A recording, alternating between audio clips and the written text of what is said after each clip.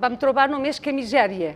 Misèria perquè tot estava esfonsat, teníem gana, no teníem res a menjar i ens van donar uns tiquets i amb aquells tiquets havies de fer molta cua i et donaven pa negre, oli, cafè i coses així. Però era una llàstima perquè no tenies res. Gràcies a les cartilles de racionament, que ens donen les cartilles de racionament, per anar a buscar una mica d'oli, per anar a buscar una mica de pa, per anar a buscar una mica de tabaco pel meu pare, que era fumador, i tot i amb això, aquí va ser quan va començar l'estraperlo. El van cridar serveis auxiliars, perquè ell no havia fet la mili, i es veu que a l'últim temps el van cridar amb ell, i clar, no tenia ni idea de res. I a l'arribar al lloc es veu que no sé, jo no ho entenc, però li va tocar com posar a primera fila. Va dir, aquí em moro, aquí em maten. Va deixar el que li van donar a terra i va marxar cap a casa. Llavors, a l'arribar a casa, no deia res, i que trist que està l'Enric, que li passe, que li passe. I llavors son pare diu, què et passa? Diu, què he fet això? Diu, ets mort.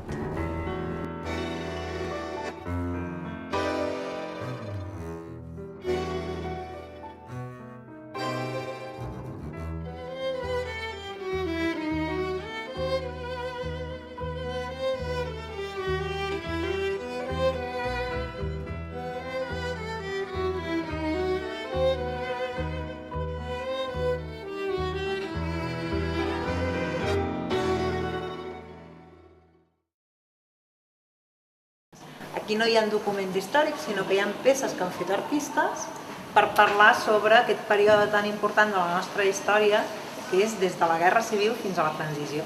Perquè van esfonsar els ponts. I llavors al carrer Cavallers hi havia tot de sacs d'arena perquè no et veguessin els de fora al pont. Perquè si veien gent, llavors tiraven tiros.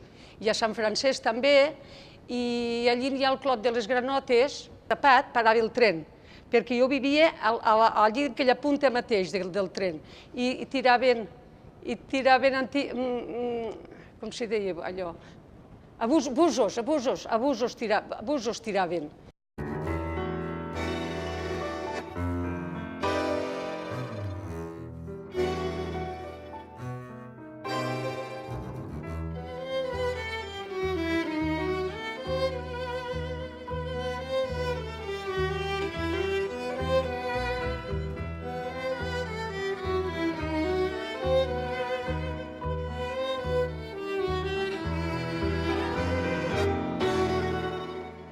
Ell agafava, tenia un camionet de 4 o 5.000 quilos, l'agafava, l'omplia d'olives, l'omplia d'ametlles, l'omplia d'oli, i llavors agafava el mossèn, i el mossèn era mon germà.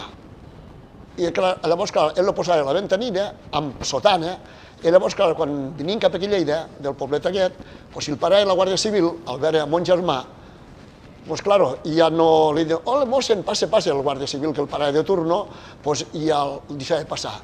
Aquell senyor arribava aquí a Lleida, al meu germà li donava una lateta d'oli de 5 litres, clar que nosaltres érem 3 germans, el meu pare treballava el sol, pobre, treballava a regions devastades que apenas guanyava res. Posa aquells 5 litres d'oli i si ens donaven un parell de quilos d'ametlles o el que fos, però ell, de moment, els 5.000 quilos que portava al camió, allò ja feia l'estraperlo. Què hem de fer amb tot això? Hem d'oblidar-ho i passar pàgina definitivament sense... Ara pregunto jo, 2 germans se podien fotre tiros un a l'altre? No. És que la memòria històrica que s'està fent és dels últims, des que va acabar la guerra fins aquí. I no, la memòria històrica té d'abarcar des dels anys 30, quan la República va guanyar... Ara ho ha dit. A França d'allí mos escria, que anaven... Però llavors ja va passar al camp d'Argilers, no sé com... Van anar i feien al lloc que ell havia estat, perquè era un gran dibuixant, el papa.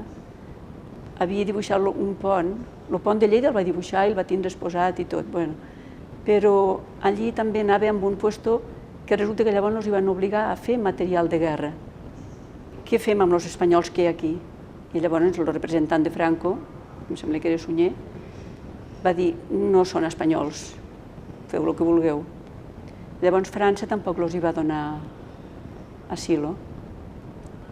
I Hitler se'ls van portar per ajudar-los.